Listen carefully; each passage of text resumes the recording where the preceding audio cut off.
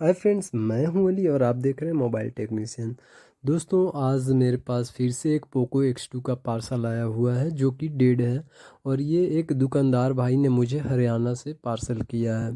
तो फ्रेंड्स, यहाँ पे हम पार्सल डिसेंबल करते हैं और डिसेंबल करने के बाद देखते हैं इसमें क्या इशू है, क्या प्रॉब्लम है कि ये डेड है।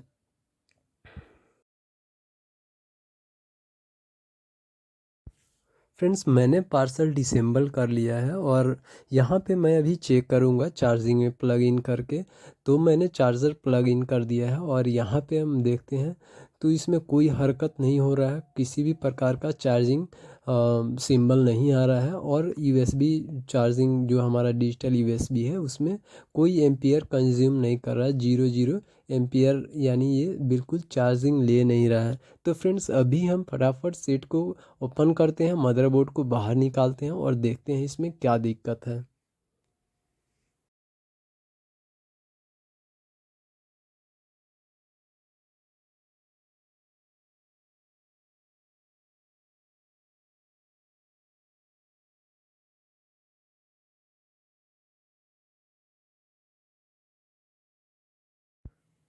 तो दोस्तों, यहाँ पे मैंने मदरबोर्ड को बाहर निकाल लिया है और आप देख सकते हैं इसमें बहुत वर्क हुआ है, सीपीयू भी रिवॉल्व किया गया है। तो दोस्तों, अभी हमें सेट का जो भी पतरा है सब बाहर निकाला गया है, इसमें काम हुआ है यानी पहले से। तो ये डेड है, तो मे भी सीपीयू रिवेलिंग की वजह से डेड हो।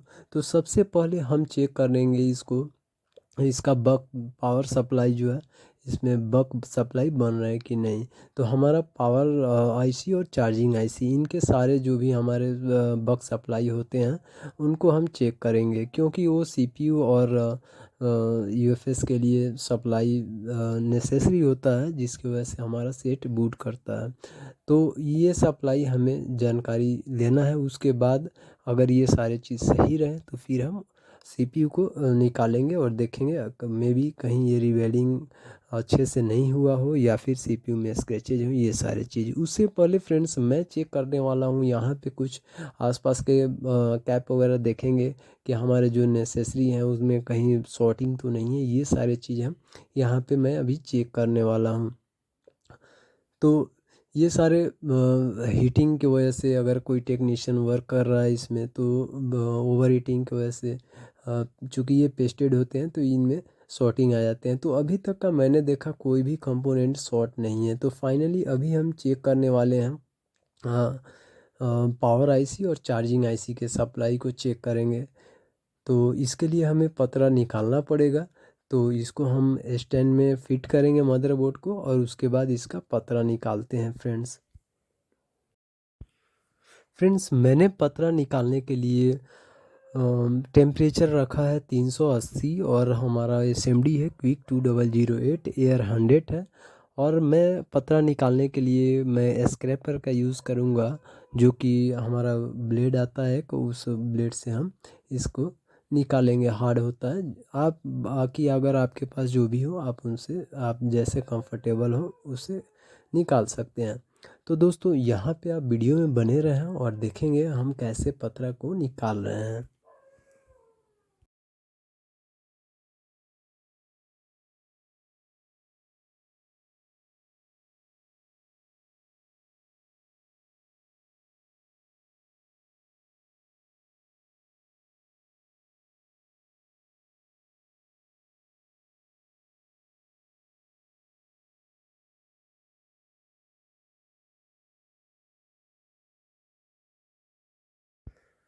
फ्रेंड्स, मैंने यहाँ पे पतरा निकाल लिया है और अभी हम चेक करने वाले हैं, इसके जीआर वैल्यू लेंगे। ये हमारा सब पावर आईसी है, तो इसका जीआर आप देख रहे हैं 202।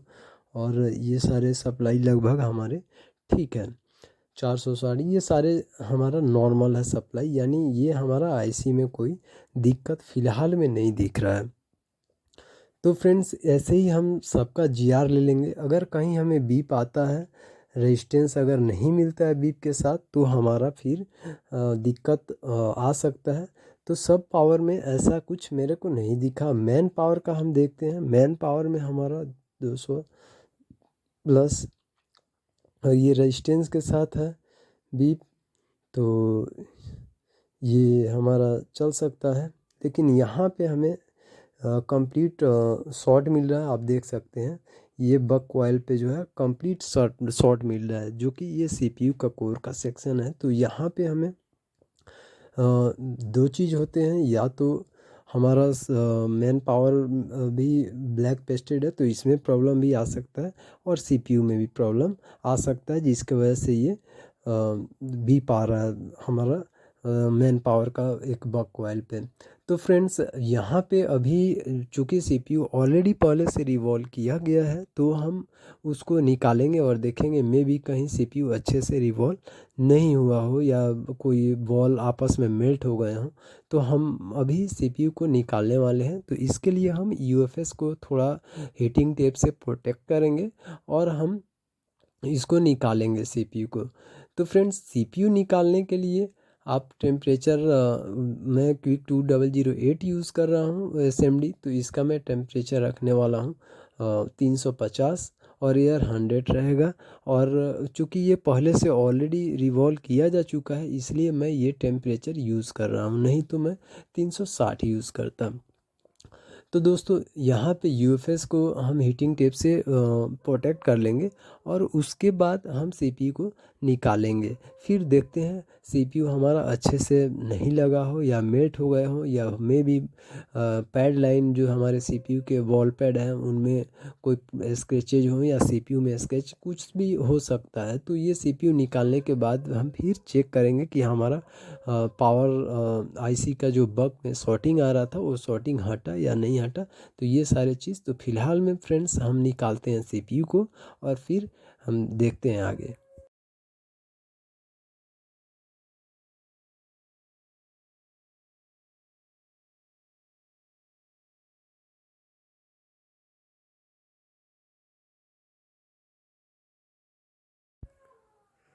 दोस्तों मैंने अभी सीपीयू को निकाल लिया है, और यहाँ पे अभी मैं क्लीन करूँगा, और अच्छे से क्लीन करने के बाद मेरे को जहाँ तक दिख रहा है बहुत सारे बॉल पैड जो है आपस में मेल्ट हो चुके हैं।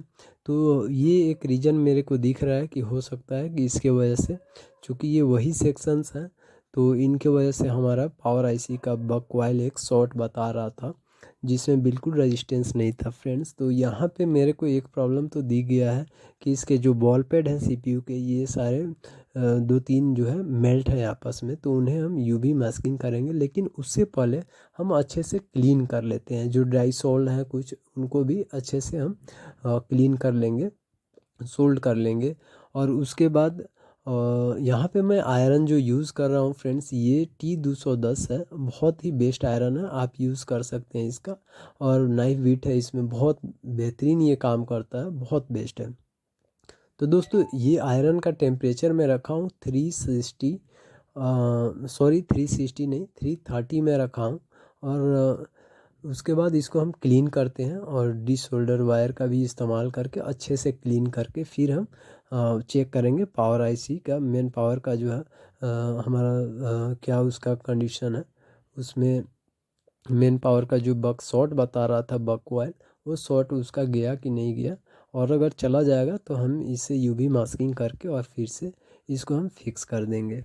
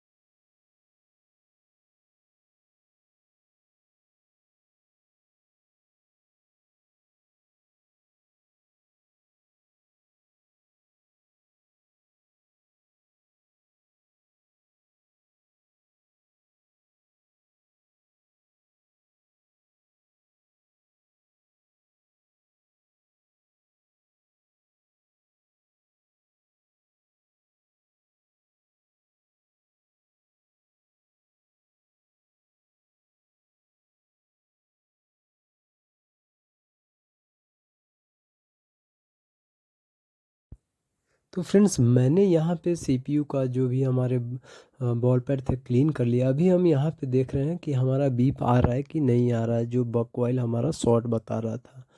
तो फ्रेंड्स यहाँ पे हमारे सारे जो सप्लाई हैं, जो हमको जीआर वैल्यू मिलना चाहिए, लगभग सारे ओके हो चुके हैं। 500 प्लस, 400 प्लस, तो ये सारे चीज़ यहाँ पे बीप मिल रहा था फ्रेंड्स। तो आप देख सकते हैं यहाँ भी हमारा जीआर वैल्यू नॉर्मल हो चुका है इस लास्ट वाले बक कॉइल पे। तो इस तरह हमने देखा कि सीपीयू का जो बॉल पैड है उसमें बहुत ज़्यादा स्क्रैचेस थे, 2-3 जगह आपस में मेल्ट थे बॉल पैड। तो इसके वजह से ये प्रॉब्लम था। तो ये सारे प्रॉब्लम लगभग नॉर्मल हो चुके हैं। तो फाइनली मेरे को पता चल गया कि ये प्रॉब्लम सीपीयू बैड रिवेलिंग के वजह से हुआ था। जो भाई ने इसे रिवेलिंग किया था सीपीयू का, वो भाई ने मिस्टेक किया था, जिसकी वजह से बैड मेल्ट हो गया और आपस में बॉल्स मेल्ट हो गए थे सीपीयू के, जिसकी वजह से ये दिक्कत आया था। यही वजह है कि बक ऑयल शॉर्ट बता रहा था और ये चार्जिंग एम्पियर नहीं ले रहा था और फ़ोन डेड था। तो फ्रेंड फाइनली अभी टाइम आ गया है हमें सीपीयू रिवॉल्व करने का, क्योंकि ये सारे बक सप्लाई जीआर वैल्यू इनके ओके हो चुके हैं। तो फाइनली अभी हम सीपीयू को रिवॉल्व करेंगे अच्छे से, और उससे पहले हम यूवी मास्किंग कर लेंगे। जो भी हमारे बॉल पैड है सीपीयू के, जो आपस में मेल्ट है, उनका ये यूवी मास्किंग करना ज़रूरी है, क्योंकि उनके जो मास्क हैं ओपन हो चुके हैं, जिसकी वजह से ये दिक्कत आता है मेल्टिंग का। तो यहाँ पे मैं यूवी मास्किंग कर रहा हूँ फ्रेंड्स। इसके बाद इसको यूवी लाइट से ड्राई कर लेंगे और फिर सीपीयू रिवॉल्व करेंगे, और फिर उसके बाद हम चेक करेंगे हमारा प्रॉब्लम सॉर्ट आउट हुआ कि नहीं।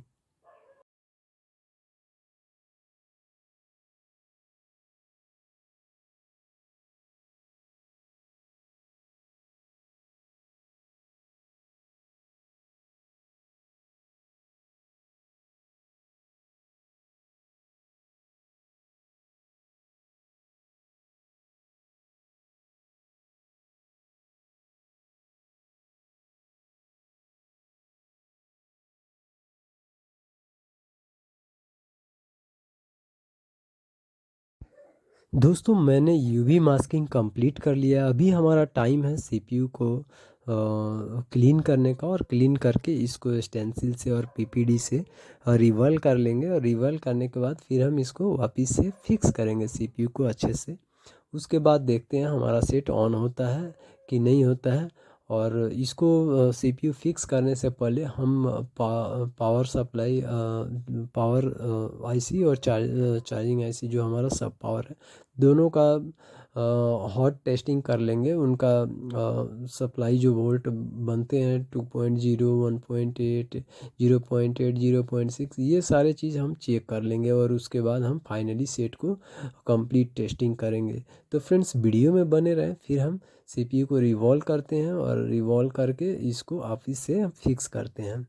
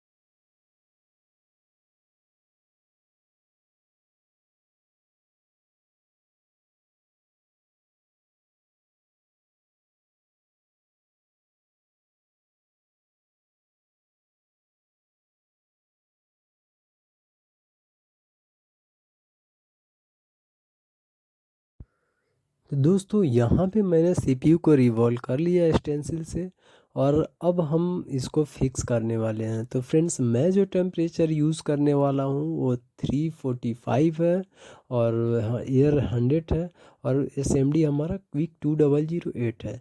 तो फ्रेंड्स, यहाँ पे सीपीयू फिक्स करने से पहले जो हम पेस्ट यूज़ करेंगे, मैंने तो पहले सीपीयू में ऑलरेडी पेस्ट डाल रखा है, और उसके बाद यहाँ पे मैं जो पेस्ट यूज़ करने वाला हूँ वो हमारा रोज़ीन पेस्ट का मास्क होगा। रोज़ीन का जो धुआं हम बोल सकते हैं, तो रोज़ीन पेस्ट जो हमारा आता है उसका मास्क हम ऐसे इस तरह से इसमें लगा लेंगे। ये बहुत ही बेहतरीन काम करता है मेल्टिंग में और सीपीयू फिक्स करने के लिए। तो इस तरह हम मास्क जो है इसका जो स्मोक है, ये चारों तरफ रोज़ीन स्मोक को फैला देंगे, और उसके बाद उसको ब्लोअर से थोड़ा हीटअप कर लेंगे। हीटअप करने के बाद फिर हम सीपीयू को अलाइनमेंट करके, और उसके बाद हम अपना हीटिंग देके और उसको सीपीयू को फिक्स करेंगे। फ्रेंड्स, इस तरह फिक्स करने से सीपीयू बहुत ही बेहतरीन तरीके से एक एक बॉल मेल्ट हो जाता है बहुत ईजिली, और बहुत बेहतरीन ढंग से हमारा सीपीयू फिक्स होता है। तो फ्रेंड्स, जैसे आपने देखा कि मैंने इसको मॉस को मेल्ट कर लिया थोड़ा हीटअप करके। अब यहाँ पे हम सीपीयू को अरेंज करेंगे। अरेंज करने के बाद हीट जो है इसमें हम कंप्लीट देना स्टार्ट कर देंगे। तो फ्रेंड्स, रेंज अच्छे से करना है कि हमारा मार्जिन लगभग वेस्ट हो। और उसके बाद एक एक चीज़ पे फ्रेंड्स ध्यान देना है कि हमने ब्लोअर किस एंगल में मैंने नोज़ल रखा है ब्लोअर का, क्योंकि यूएफएस हमारा मेन टारगेट जो है सीपीयू पे होना चाहिए नोज़ल का, ना कि यूएफएस पे। अगर यूएफएस पे आएगा तो फिर यूएफएस को भी रिवॉल्व करना पड़ सकता है। तो इसलिए हमें यूएफएस को टारगेट नहीं करना है, हमें सीपीयू को टारगेट करना है। हमारा एयर और हीट जितना भी होना चाहिए, नोज़ल इस एंगल में होना चाहिए कि हमारा केवल सीपीयू पे ही फोकस रहे नोज़ल का। हीट हमारा सिंपली अगर बोलें तो हीट हमारा सीपीयू होना चाहिए, न कि यूएफएस। इस तरह से आप अपना नोज़ल का एंगल बना के रखें, बहुत बेस्ट होगा, और आपका काम डन होगा वन टाइम में। तो फ्रेंड्स, इसको हम रिवॉल्व कर लेते हैं, और उसके बाद फिर देखते हैं, चेक करते हैं।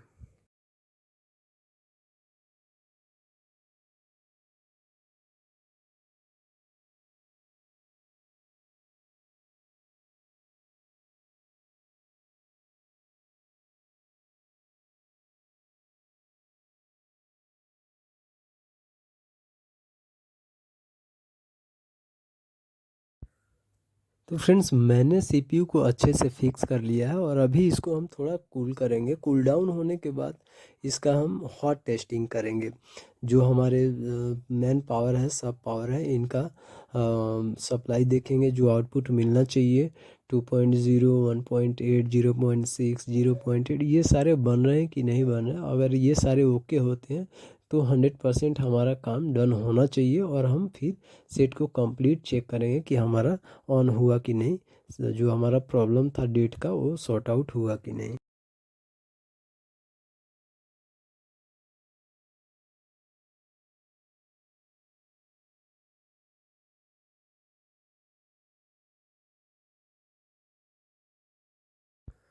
तो फ्रेंड्स, मैंने बोर्ड में फिक्स कर लिया है, और मैंने चार्जर प्लग इन कर लिया है।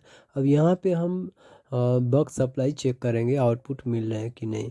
तो यहाँ पे हमारा आउटपुट नहीं आप देख सकते हैं हमारा आउटपुट यहाँ पे आ चुका है 0.5 लगभग 6, और ये 0.86 ये भी सही है। यहाँ पे ये सप्लाई ऑन होने के बाद आता है, तो मे बी ये 2.8 समथिंग, ये सारे हमारे रैम के सेक्शन के हैं। ये सारे सप्लाई बन रहे हैं। तो अ, अभी हमारा 1.8, 2.0 ये सारे चीज़ भी होने चाहिए। 1.0 चलिए बहुत बढ़िया, ये भी बन गया। 2.0 ये भी बन गया, यानी हमारा बक सप्लाई ओके हो गए हैं हमारा सब पावर का। अब टाइम है मैन पावर का। हम बक सप्लाई, ये रैम सेक्शन के सप्लाई है 2.9 लगभग 3 वोल्ट, ये सारे चीज़ काम कर रहे हैं। तो यहाँ देख सकते हैं 0.8, और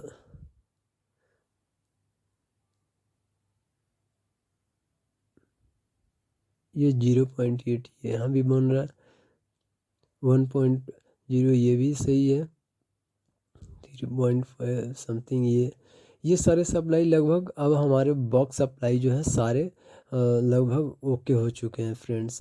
तो ये 1.5 ये सारे डन हो चुके हैं, यानी हमारा सब पावर आईसी और मैन पावर आईसी दोनों का जो बॉक्स सप्लाई है वो आउटपुट हमारा मिल रहा है कंप्लीट। अब हम चेक करने वाले हैं फाइनली कि हमारा प्रॉब्लम सॉर्ट आउट हुआ कि नहीं, डेड जो था हमारा सेट ऑन हुआ कि नहीं। तो फ्रेंड्स फटाफट इसको हम बैटरी इंसर्ट करके और देखते हैं।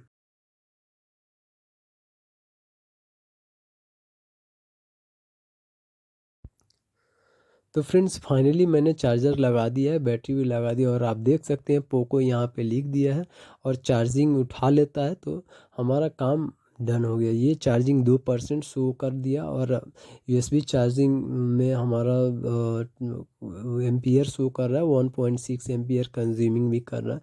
तो दोस्तों इस तरह से आपने देखा मैंने सेट को कैसे डायग्नोस किया, कैसे इसको ठीक ठाक किया। तो फ्रेंड्स अभी हमारा टाइम है सेट को असेंबल करने का, अच्छे से फिक्स करेंगे, उसके बाद पावर ऑन करके हम चेक करेंगे। तो फ्रेंड अभी मैं सेट को अच्छे से असेंबल करके फिट कर रहा हूँ, इसके कैमरे वगैरह जो भी इसके पार्ट्स हैं ये सारे चीज़ लगा के मैं सेट को अच्छे से फिट करूँगा। तो फ्रेंड्स मैंने यहाँ पे आपने देखा मैंने क्या किया, मैंने कैसे सेट को डायग्नोसिस किया।